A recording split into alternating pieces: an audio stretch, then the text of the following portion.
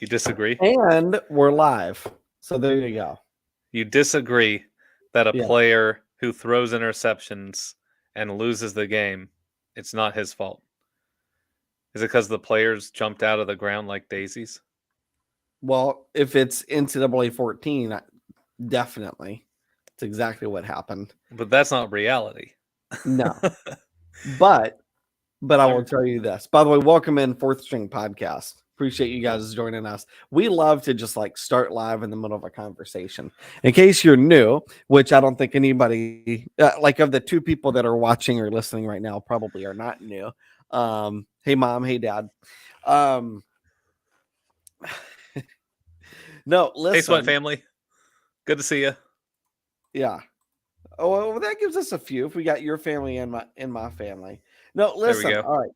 Here are the games that he lost. Here's the amount the other team scored in his losses. 49, 37, 38. That's not on the quarterback. That's on the defense. We're talking about Bo Nix at Oregon, by the way. Yes. For those Bo who Nix came at into the Oregon. middle of the conversation because we did not let you into the beginning of it. Yeah, you ever know like when they're like you're watching an NFL game and it ends and then like you get the overtime and it jumps into the game at the end Yep. and then they're like welcome in. We're like that when we start, except there's like no like context to what you're jumping into. You could have seen us if you were on Patreon before. Come on, get on there. Wait, we were on Patreon? No. Oh, okay. I mean, I Just don't know what you set up. people miss the paid service. I do think, and I have said this before, I do think Ben is secretly profiting from our podcast, and I know nothing about it. And I assume there's like one or two people that listen, and probably there's millions. And Ben is raking in advertising dollars somewhere, and I know nothing about it. And he's just like got the stash of cash away. He's gonna I retire wish into that were the retirement one case. day. I wish I could retire on all the money we make from the Fourth String podcast. I'm probably never going to retire. I don't want to. It sounds terrible. What would I do? I'd start my own business. Well, see, that's kind of what I've already done. Well, good for you. Okay. On that note, we are going to talk about some college football stuff. I want to talk about this Drake May, Pat Narduzzi stuff here in a minute. But Ben, have a good Christmas. Oh, the best. Sweet. How about you, man? Yeah, it was a great Christmas. We got a Seen any good bowl oven. games? A pizza oven. I watched the Duke bowl game today. Oh, That was phenomenal. Came home early from work and worked from the man cave and put it up on the TV. Watched them beat up on the Gus Malzahn. Gus Malzahn. Fighting bubble screens. Gus Bus lost its wheels. Yeah, Duke almost had a 20-yard sack and it ended up being like a 7-yard pass play. And I thought that's the most Gus Malzahn offense thing ever. That's very true. Yeah. So did that. You got New Year's resolution? Yeah, go to a bowl game. As Auburn. What are you going to do that? Like, you're going to get, well, wait, first Auburn has to make a bowl game. Exactly. That's the New Year's resolution. Auburn makes the bowl game. Seems like a tough one for you to control. And I am actively rooting against them not making a bowl game as long as Hugh Freeze is the coach there. Oh, your old head coach? You're hating on him now? Absolutely. This will forever be a thing. Wherever he goes, I hope they lose. Even if he comes back to Liberty, I don't want him back. I'll root against them. I will put on a Coastal Carolina shirt if Hugh Freeze ever comes back to Liberty. Because of the announcement? The whole thing. He couldn't control that. We're not going to get into this. Well, more came out since we talked about this. Lane Kiffin turned it down Friday night. Saturday morning, they said, hey, do you want this? He said, yeah. Then it was leaked to the media before he could talk to the team. That's not on Hugh. The thing that people need to understand about Auburn and all their fans is there is like the regular news that 99% of us consume, and then there's like the Auburn stream of news that only they consume, and it's always a completely different story. And every SEC program is like this, by the way, where they live on like their own little like news lane where they get their own news that's different than what everybody else gets, because somebody goes on a discussion board and says, I know somebody's aunt who told me X, Y, and Z, and this is what happened. All I know is Hugh Freeze completely screwed over Liberty football, and more so those players, and ended what was really on track to be one of the best seasons in Liberty school history, ended it as a pretty mediocre year where they got shellacked by New Mexico State and lost a bowl game. And I put it 100% on him. No reason to lose to New Mexico State at home. Well, you got a new coach. He's got I'm an excited about incredibly Cadwell. well-built program, and the sky's the limit. I just want you to know, and I'm not an Auburn hater. I'm a Hugh Freeze hater. But as long as Freeze is there, I will root against Auburn. Noted. It'll be As a fun soon as he podcast leaves, next year. I will put on the blue and orange hat. I will dress like Aubie. I'll do whatever. But for as long as he's there, probably the next 2.5 years, I'm a Bama fan. Roll Tide. And I'll contribute to his payout, by the way, whenever that is. Like whatever his buyout is, I'll throw in a hundy. I'm sure it'll help. All right. On that note, let's talk about this Drake May Pat Narduzzi scuffle. So news came out, and this is we're off the Auburn stream of news. We're back on to regular stream of news, which the rest of us consume. So on that subject, news came out a few weeks ago that 2 SEC programs offered Drake May up to $5 million for him to transfer there. Now, it's not uncommon for these players to be offered money to sign at a place or transfer to a place. We've seen this before.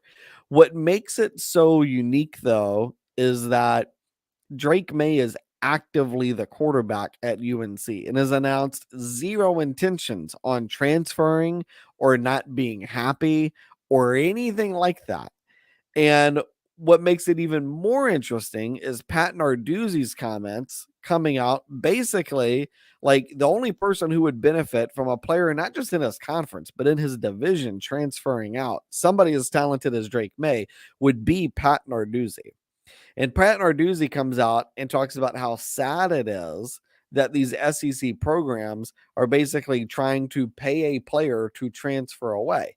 And I think it alludes to like what happened with Caleb Williams last year, and you're seeing a lot of other players transfer right now. They're not actually transferring because they necessarily want to leave the program or leave the coach. They're simply transferring because somebody came along and said, we're going to give you X amount of money to come here instead of stay there. And I mean, goodness, you tell a 20-year-old kid, here's $5 million. Well, I mean, who wouldn't want to transfer there? So I don't know, Ben, you saw that, or at least we've talked about it. I think one of the SEC programs probably was Auburn. Hearsay, fake news. Yeah. Look, see, there's the who's in Auburn stream trouble? of news. Jimbo Fisher is in some hot water. And what does he need? He needs someone who can lead his program that doesn't suck. Yeah, well, no, I think it was Auburn and Texas A&M. It wasn't Vanderbilt, I'll tell you that much. But I do think it was Auburn and Texas A&M. Those are the two that I think. So Pat Narduzzi said he knows what schools. He said he wasn't going to name them, but you could pretty much guess. Auburn's the one I think with like the biggest NIL group of any of the SEC programs at the moment. Is that right? Or am I wrong on that? Well, it like was. 17 I'm sure it's million? been tapped into at this point. Okay. I don't know why they'd waste $5 million on a single player. Well, because Drake May is pretty darn good. I mean, I think you see what Caleb Williams can do to USC. Drake May is like Caleb Williams good. Like people just don't realize it. You put him on a roster like with Texas A&M's players. I mean, it would be USC 2.0. Now, of course, you need an actual good coach there, and Jimbo Fisher ain't no Lincoln Riley. But Nope. that being besides the point, I think that's how they could justify one player being worth $5 million. I don't know, Ben, what you hear this, what were your initial thoughts? Like, he calls it sad. Do you think it's sad? It definitely seems like it's the future of college football.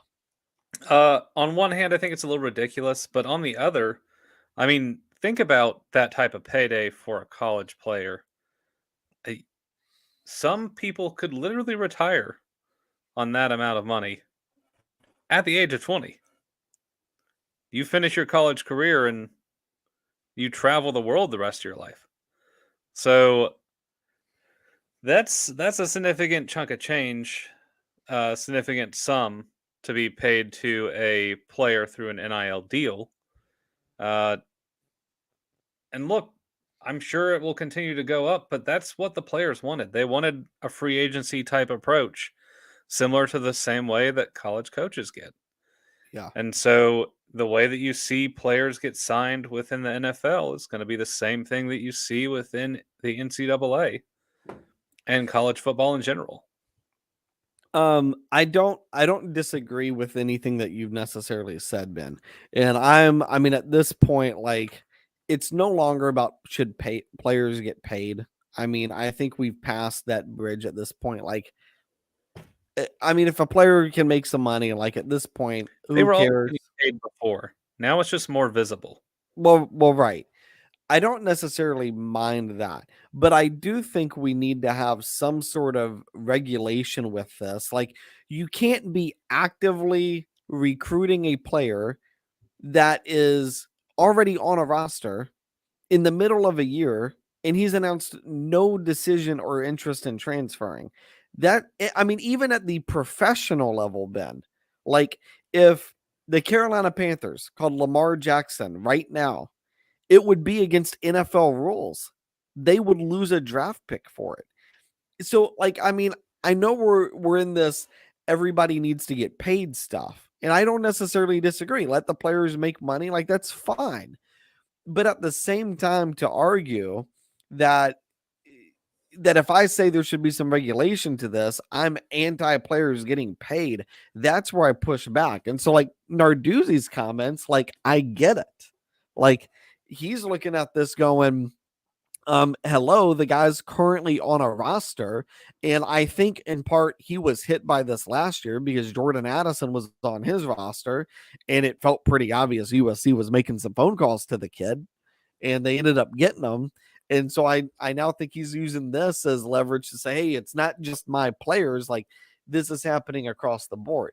And what I look at with college football that's really concerning with me is if you look at the NFL, they have a salary cap. If you look at the NBA, they have a salary cap.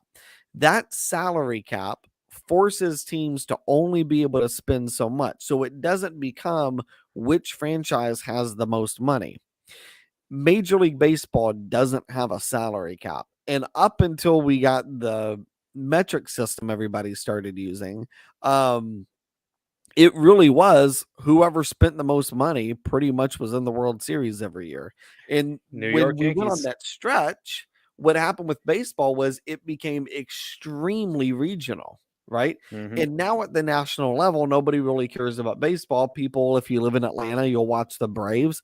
If you live in Detroit, you'll watch the Tigers, but you don't really get plugged into the sport on a week to week basis if your team's not playing. In college football, I think we're already on that track, right? I don't like the idea that if you get into this situation where whoever has the most money wins, I think it's going to be even worse than that, especially knowing that, I mean, and this is the one thing I will always agree with, there is a more will in the SEC to win than anywhere else. Like, their desire to win surpasses everything else. And we could argue, is it healthy? Is it not healthy? Like, that's fine if people want to have that argument. I'm not. I'm just saying, like, as a fan, it's really, really crappy that if you are a fan of Pittsburgh, you don't have to be worried about LSU or Auburn or whoever just because they have more money poaching a player that went to high school near Pittsburgh. You got committed into the local program. They bought into the coach. You've done all the right things. And now they're just going to go somewhere else. I And mean, that's a big problem. that's the transfer portal in general now. So, and you talk about salary caps. None of these players are paid by the universities. They're paid by name, image, and likeness organizations that are a different entity entirely from the educational organization that they attend. Now, are they connected? Yeah. But shell companies exist all over the place. And these kids are not paid by the university which they attend. So Well, I unless get that. you I'm just put saying I think in, there needs to be a limit to it of how much can these schools like again, all right, so there's other companies involved, sure, but Auburn is actively in charge of a pool of money that they are getting their organizations to put into. Liberty, for instance, just came out with some sort of pool that any alumni or whoever can donate money into. Companies can donate money into it almost as like a charity, and then that money goes to the players. So like I do think the schools are playing a big part in it. Here's my fear. We'll kind of go back to the baseball analogy here. The Yankees back in the day, there used to be kind of this running joke that who was the Yankees farm system? And the answer was the other 29 professional baseball teams, right? Because what they would basically do is those teams would draft players, those teams would coach and develop players, and then when they got to their second contract, the Yankees would just outbid everybody else for those players, right? you That just mentioned a very important word that I was about to bring up. So there is nothing in the NCAA today in college football besides a letter of intent on signing day that keeps a player at the school. Contracts are a thing, and the best way to prevent a player from looking around is by bringing in a legal binding contract yeah. that makes it where they can't. But the only thing though is, and this is where I'll support the player, is if like Ben, if you recruit me to play for your school, let's say you're the coach at Auburn, and you recruit me to play for Auburn, and you say, CJ, you're going to be your starting quarterback by your sophomore year, guaranteed. And then I said, okay, cool. I'm going to come play for you. And so I'm supposed to be your starting quarterback. It gets to my sophomore year. And then all of a sudden, Caleb Williams says, well, hey, I'm open for transferring. And then you're like, well, that kid's way more talented than CJ. I got to go recruit Caleb Williams. So now what I committed to on my contract was based on this promise you gave me that now is no longer coming to fruition. And then another situation would be, what if all of a sudden, you give me this promise, but then the Dallas Cowboys call and say, hey, Ben, we want to make you your head coach. You leave Auburn. I committed to Auburn. A new head coach comes in, doesn't want to start me. So I get the transfer portal because if you're the athlete in that instance, you want to transfer. Your promise Get was it in broken. writing. Right. If you get a But, promise and it's on the contract, then it's not a promise. That's well, how it works. right. So, And like, no one's going to put that in a contract. I'm So, just saying, I think like some of the limitations we need to put on this is schools should only bring in, like, I think there should be a limit to how many transfers you can bring in. We have a scholarship limit. Why can't we have a transfer limit? I also think there needs to be windows where you can actively contact players who are in the transfer portal. And you can't be actively contacting a player that is on another roster that has not entered that portal. That's the purpose of the portal, right? And I who's just going to think we enforce need that? There's some not a what's that? governing body anymore. Because the NCAA is, the quote unquote governing body for college football, Right. and they are next to powerless at this point. It is interesting. I mean, how do they enforce anything at this point? Like, and if you're a coach, what rules are you playing by? Yeah. I mean, the reason you have law and order and governments in general is to keep the order. Right. And you don't have a governing body over college football right now. And NCAA is there, but it's like the Queen of England. Like, what do they do? The Queen's gone. A new king stepped in. Still just a figurehead. That's what the NCAA is right now. Yeah, it is. I do think you're right. I don't know how you would regulate it. And that I think is the bigger reason why, like, the short term of the sport's great. Like, I'm looking at this year, like, Ben, this is probably one of the best years of college football I can remember in a long time. Yep. Um, I feel like we probably have a good idea of what happens in the playoff, but I don't know. We've been speaking for weeks about how bad Ohio State is. Maybe they do something. We've been speaking for weeks how TCU doesn't have a chance. Maybe No, they do something. months. Well, Months right. about how TCU doesn't have a chance. Months. Yeah. I mean, I don't know. Those kids have been at practice. Like, I mean, who knows what actually happens in that game? So, like, it's been a great year. I think next year we're going to have a great USC team. I think the Big Ten's going to be great again. I think the SEC is going to give us, Georgia, Alabama, LSU looks like they're on the rise. No idea what the heck FSU, happened with Texas and Clemson. Oklahoma. Yeah, maybe Clemson comes back now that they got rid of DJ Uigungale.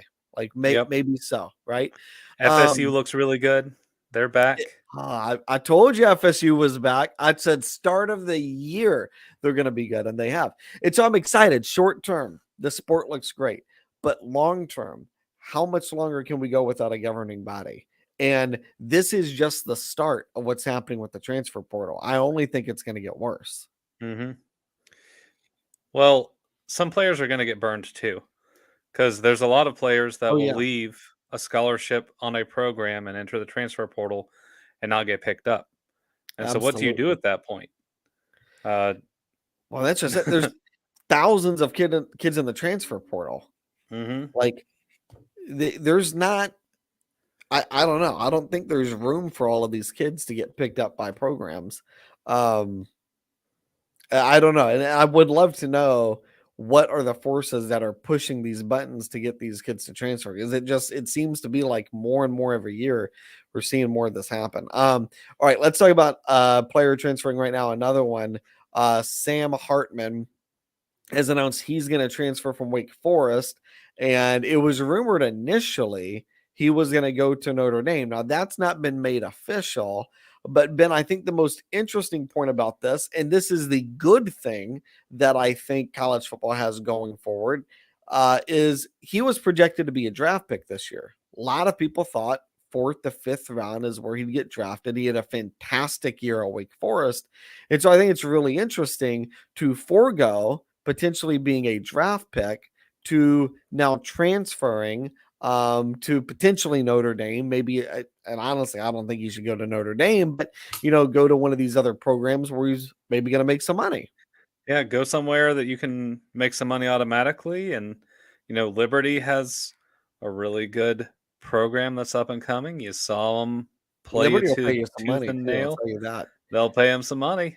Yeah. They need a good quarterback. But here's the thing: if you're a quarterback, Ben, and you go in the fifth round of the NFL, I think the minimum salary in the NFL is somewhere over 700,000. For a lot of people, that's a lot of money. That's great, right?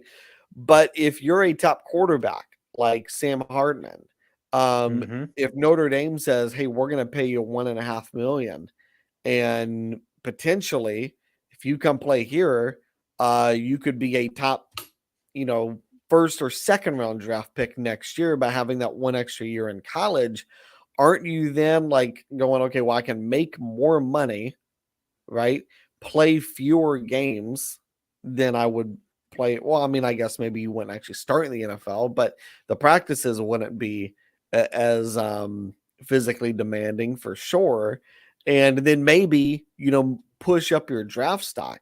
I think what we're seeing happen now with NIL and with the transfer portal, it's actually going to encourage kids to not leave college football so early, but to Yep. stick around another year or two. Yep. And that makes sense. It's a business decision at that point. Yeah. And the business decision says stick around, prove your worth, get a better contract your rookie season. It's a smart choice. Yeah. Well, and I think like if you're a Caleb Williams could go in the draft right now and be like the top pick overall. And unfortunately, he's just not old enough to go in the draft. He's got to stick another year in college football. He's not going to be a guy that's going to stick around in college football. But some of these, your Sam Hartmans, your typical guys that we're declaring as like a redshirt sophomore and then going in round 4 or 5, those guys I think are now going to say, well, I might as well just stay another year, make some NIL money, and then go to the NFL once, I've given myself another year to prove myself. That's incredibly encouraging for the sport. Now, if Sam Hartman floating around there and to come back into the sport, I think is really interesting. Now, where should he go? I mean, I don't know. I think Nebraska for him would be really interesting. Go to the mountain, Sam. Go to the mountain. He's not going to Liberty. He's above Liberty. I think Liberty might get Grayson McCall, who's transferring from Coastal. But I mean, Grayson McCall is getting a lot of attention too. Like Grayson Great McCall hair. might end up on what's that? Great hair. Great hair. He might end up on like an SEC, ACC roster. So I don't know that Liberty will get him. But it is interesting. And speaking of which, the number one transfer right now is Travis Hunter, who was at Jackson State. And so he's now transferred to Colorado. Yep. Yeah. And then we knew that was going to happen. What's that? We knew that was going to happen. Yep. And then another one I thought was interesting was Ernest Hausman. He's transferring from Nebraska, and now he's going to Michigan. And this Wise is choice. Well, Ben, I think Matt Rule was probably the right hire at Nebraska. I don't think there was any way for him to prevent this, but this is a problem for Nebraska that you have guys transferring to Michigan because Michigan is a step up. And this is where I think when we talk about Nebraska's lost so much in their brand, you look at that transfer, that speaks volumes about the difference in branding between where Nebraska is and where Michigan is. I mean, Nebraska hasn't been relevant in over a decade. Yeah. Michigan's back-to-back playoffs. So it's a no-brainer for the kid. Go to the place where you can shine, where you can get on the stage and make a play. Hudson Card has transferred from Texas to Purdue. Probably a wise choice. Yeah. Purdue's always really interesting with quarterbacks, and that's something I'm starting to see with them. They've run such a quarterback-friendly offense that all of these quarterbacks now want to go play there because they will just throw the ball, 40, 50 times a game. You can get some really impressive stats. Like Aiden O'Connell right now looks incredible to a lot of these scouts because he's just throwing for a bunch of yards. So Card's going to go there, but Purdue's bringing in a new coaching staff, Scott Satterfield. I don't know if he's going to do that or not. I mean, you're not going to play at Texas though, not behind Quinn Ewers. Yep, Quinn Ewers. Yeah. And then when does Baby Manning come in? Is that this year or next year? Or he comes in, I guess he'll be there in the spring. I know he'll be on the roster by the fall. Yeah. So, I mean, even Quentin Ewers has his work cut out for him. Yeah. Let's talk about Baby Manning, because I think this is really interesting.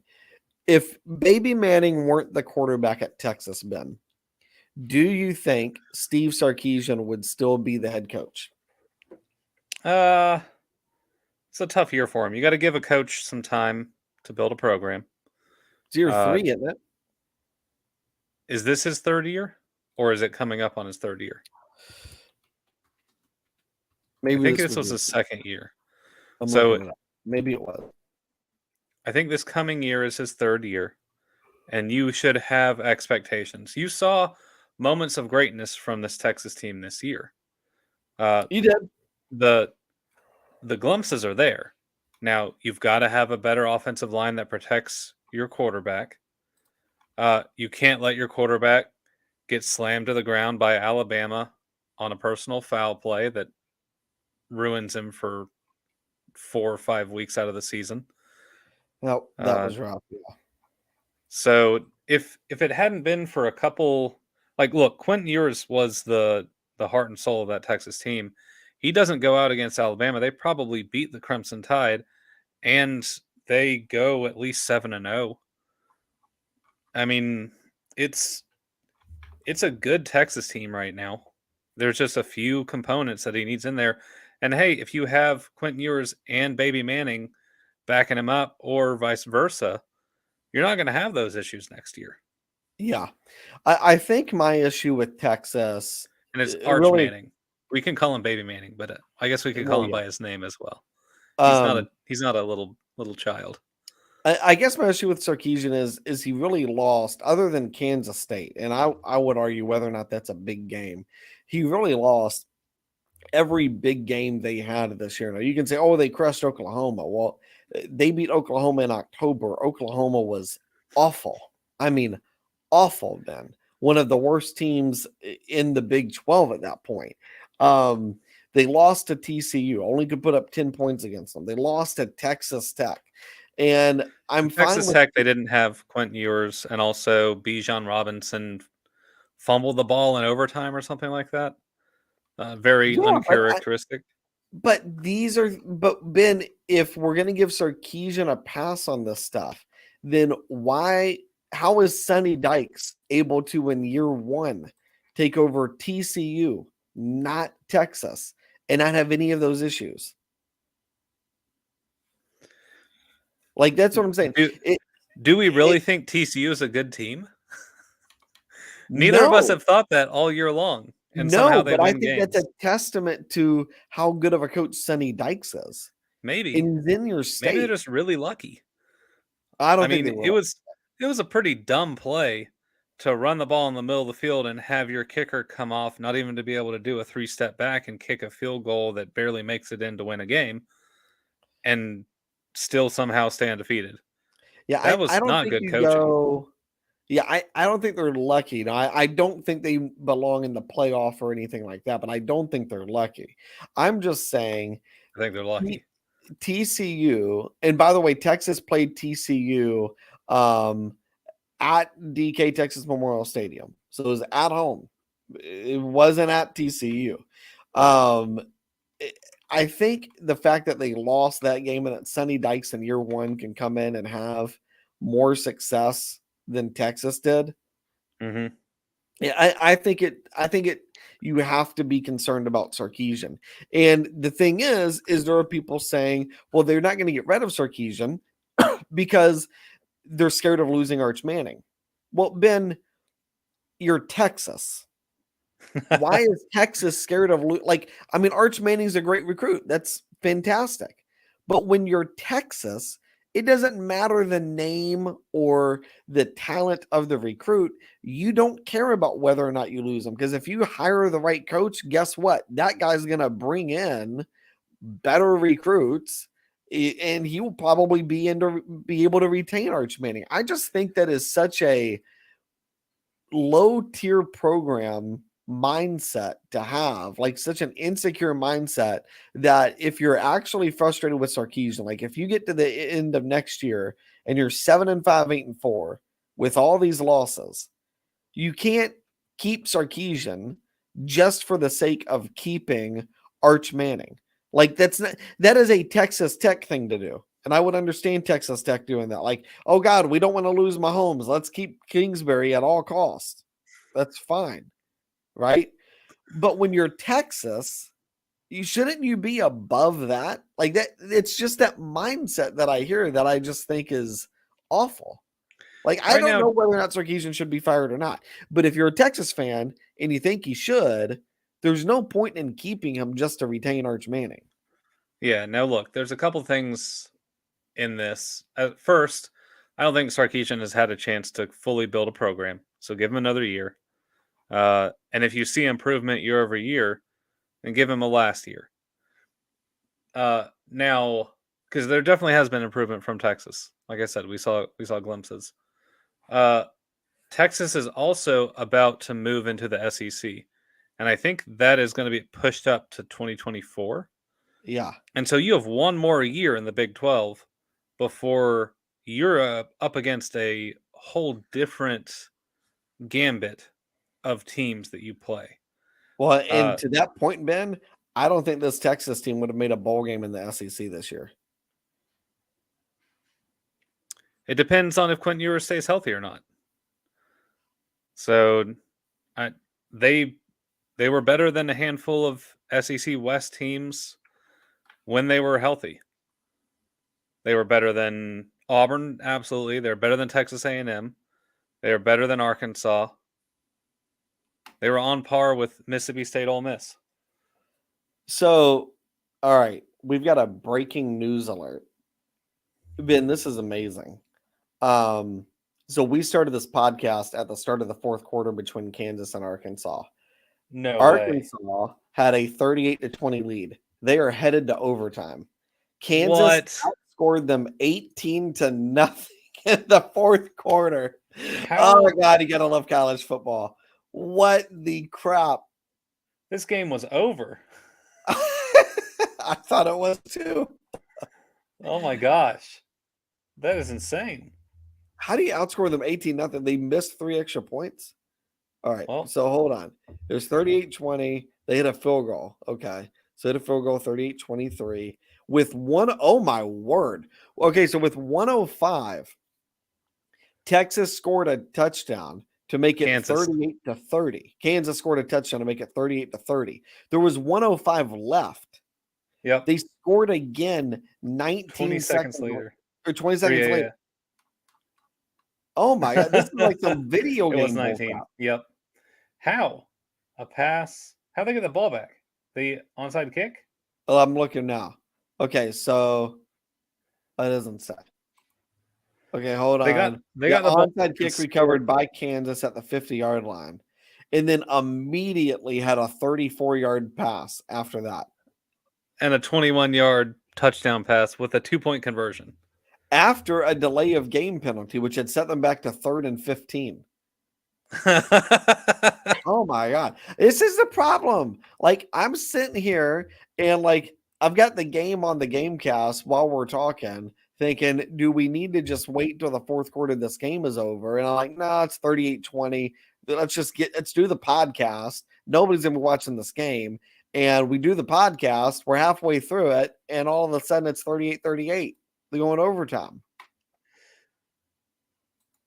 Arkansas was ahead 31-7 at one point. They were up 31-7? 31-7 in the second quarter. Oh my God. At halftime, it was 31-13. Yeah, I knew that. I didn't know it had been 31-7. Mm-hmm. Wild. So it was 38-13 in the third quarter. Actually, almost in the fourth quarter. Yeah. Wow. 25 unanswered points for Kansas. Dude, we were big fans of Sam Pittman coming into the year. I don't know. Once again, a team that was not healthy. When your core cast, especially your quarterback, continues to deal with injuries, like it's very difficult to win games. Not making excuses. I push back on that so much. It's football. Everybody's injured. We've got a bunch of injuries thing. I don't get that. Everybody's got injuries they're dealing with at this point. You want me to pull up Alabama's injury report right now? I guarantee you there's at least like 8 guys on it. Like every team's got injuries. Alabama with and without Bryce Young is a different team. Arkansas with and without KJ Jefferson is a different team. Texas with and without whoever their guy is. I can't remember his name right now. Quinn Ewers. Oh, you Ewers. Never remember that guy's name. Poor Quinn Ewers. It doesn't matter. Arch Manning is the future. Quinn Ewers can go back to Ohio State. Oh, dang. There it is. Should have never left Texas to begin with, boy. Wow. It was your mistake. Oh, wow. How do you know that, Ben? Maybe it wasn't a mistake. No, it was his mistake to leave the state. He was the golden boy. Got Ben over here making proclamations about other people's lives we don't know anything about. Oh, man. Kansas. 17-yard pass. To Arkansas 8 in overtime. This is Okay. So they're out the Arkansas 8. I thought he threw a pick to number 8 on Arkansas. I thought that's No. Okay. So that makes more sense. Dang. All right. We got this going on in the background. I don't even know what to do. Let's talk about these playoff games real quick. While we're doing that. As much Or as I while like the playoff, I think this is the first year where we didn't need a playoff. It's kind of cool. No, it's not the first year. It's definitely one of the years. All right, the Not first the year since first, the though. playoff, the first year since the playoff came out that we didn't need it. No, What do you mean no? not at all. I had a run of Alabama Clemson. Why would I need anybody else in a playoff with those two teams playing when they're at their peak? Like, you knew Trevor Lawrence versus Tua. Why do I need to see anything else? Why play the games then? Because they're fun to watch. For the But money. it doesn't mean I need a playoff. Like, why play the games? Ben, I can tell you right now, Ball State is never, ever going to compete for a championship. Should they not play football games? They need to be able to afford the rest of their athletic programs, so they should probably play football. Right now, the 7-Eleven down the street is supporting their football program. So I don't know what their football program is doing for them, but they should still be allowed to play. Yep. Okay. Now that we got that out of the way, TCU, Michigan. Michigan, here's something interesting, Ben. We don't think much of TCU. Michigan is a 7.5-point favorite against TCU. Georgia is a 6.5-point favorite against Ohio State. So Michigan's only 1 point better against TCU than Georgia is against Ohio State. I don't know if that says more about TCU is good, if that's what Vegas is saying, or if Vegas is telling us Ohio State's just really bad. I mean, 7 points in a college game, honestly, isn't a whole lot. I think Vegas is telling us TCU is a pretty darn good team. I think TCU is a team of destiny, and they're unpredictable. You got to watch out with those teams of destiny. All right. Yep. Max Duggan. Does he do anything in this game? I don't think he does. I think it's going to be a Michigan slaughter. I think it's going to be like 31-3. I don't think TCU moves the ball at all. If his coaches let him, he will. He was a goal line stand away from a Heisman Trophy berth. So you think he wins the Heisman with that goal line stand? Or if they I don't know, man. They're a different team with him at quarterback. Well, the that I quarterback agree. position matters in college football. Defense is different. There's not one team in the Big 12 that plays defense the way Michigan. I mean, hold on. I could probably stop that there. There's not one team in the Big 12 that plays defense, period. However, Baylor. Okay. I hardly know it. All right.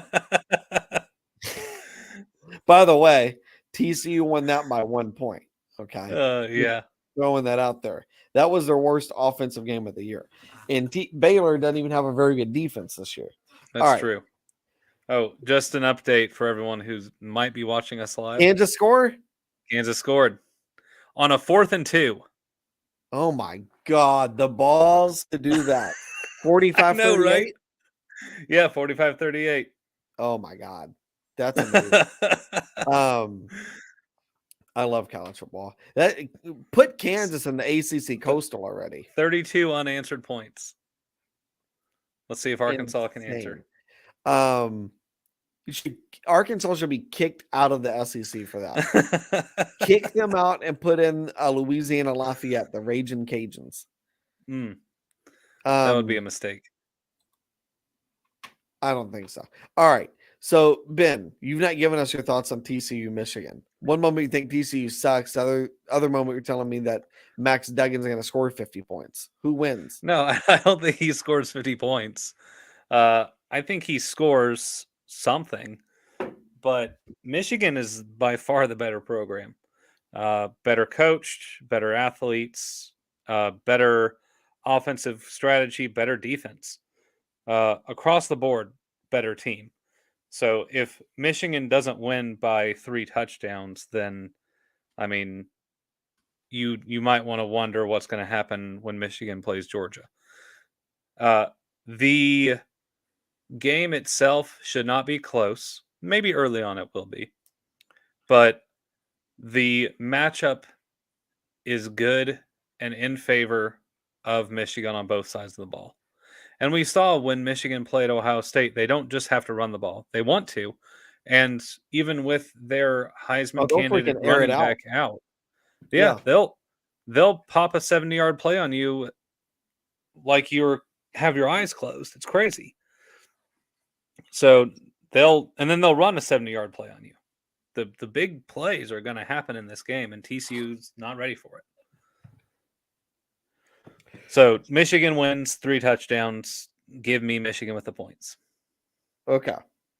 So Arkansas Georgia scored, by the way. touchdown. Yeah, touchdown. That was quick. 45 all. That was quick. Wow. I'll have to go to like 10 overtimes. I need to see 100 points from both teams.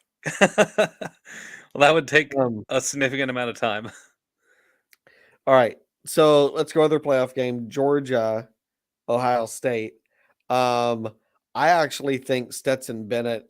I think they're going to let Stetson Bennett air it out in this one, because I think Ohio State's weak point is actually their secondary.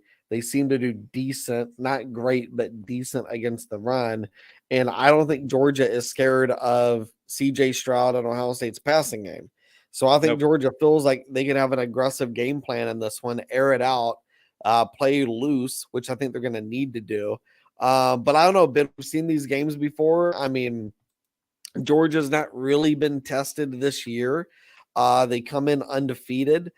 Maybe they get pushed around a little bit. Maybe they're overconfident going into practice. Maybe they come out a little tight. I do think of the 2 games, this is the one with the most potential for an upset for sure. But I like Georgia to win it. I think it's going to be somewhere around like 28-10. Yep. So there's a couple factors in here that you got to take into account. The first, Georgia is basically playing a 70,000 person home game. Yeah. In a dome. So it's in Atlanta. It's at 8:00. It is an hour away from Athens if you drive slow. Ohio State travels well. They do. And that's I nothing mean, I don't against think them. it's going to be complete Georgia fans. Ohio State is also an explosive team. Yeah. But when they played Michigan, they got exposed in their secondary. Oh, yeah. And also, Michigan ran all over them as well. I think they had 200 yards rushing in that game. Yeah. Also, CJ Stroud has not faced a defense with the type of pressure that the front 7 of Georgia will put on him. And he has struggled under pressure. And that secondary is not bad either. So once again, on both sides of the ball, Georgia is going to outmatch Ohio State. Can Ohio State put up a fight? Absolutely. Ohio State has incredible players, a really solid quarterback, a decent defense. Will Georgia probably shred their secondary?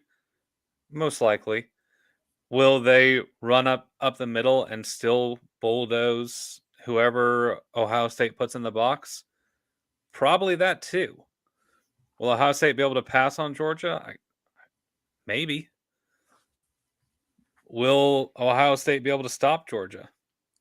Don't think so. So, with it being a basic home game, and yeah, they can travel, that's fine. It's still a Georgia home game when you have a traveling team. And it's not far for Georgia to travel with it being that home game environment. Ohio State's going to have to play their best game of the year to be able to stay up with Georgia. Not beat them, just stay up with them. They looked really bad against a Michigan team, which is the last game they played, where Michigan blew them out of their own stadium on a beautiful day in Columbus, Ohio. And I don't give them a lot of hope or a lot of chance. I like your 28-10 prediction. Give me 45-21. Georgia just crushes. Okay. 45-21. By the Cool. way, Arkansas just scored. So what are we at? 20-yard 52? touchdown run for KJ Jefferson. It's 51. So 52-45. They have to kick an extra point. Okay. But so Oh. Kansas still can get the ball. Missed Wait. extra point? No, they went for a 2-point conversion. Did they have to in the second one? No. Oh, well, they did, and they got it. Oh, dang. So 53-45. 53-45. All There right. you go. Any closing thoughts, Ben? Do we need a Tulane USC prediction? Tulane wipes the floor. No, they don't. USC is only favored by 2. That's wild, isn't it? Yeah. Well, here's the I'm thing. Put money on USC to cover 2 points. Is Caleb Williams playing? No, I don't think he is. I think he's injured. Oh, damn. So if that's the case, then Tulane probably does win that game. Tulane's a good team. And there is no defense for Caleb USC Williams right is now. playing. He is? Yep. Man, he looked hurt against Utah. Yeah. Okay. Well, with him playing, then USC will win by, a couple touchdowns. That's what I would think. 2 points seems way too small. Yeah. All right. Put some money on it before the Vegas people figure out that Caleb Williams going to play. I need to do that. All right. Appreciate you guys joining us. Ben, any other thoughts? Hey, I appreciate everyone being here during the most exciting bowl game of the season so far. So I know it. We started this, by the way. We did. Yeah. The good bowl game started because of us, so you're welcome. Well, it did start around 3:00 today with Duke taking down Central Florida. There you go. Welcome. Yeah. All right, guys. This is the Fourth String Podcast. Y'all have a good night. Go Jayhawks. Razorback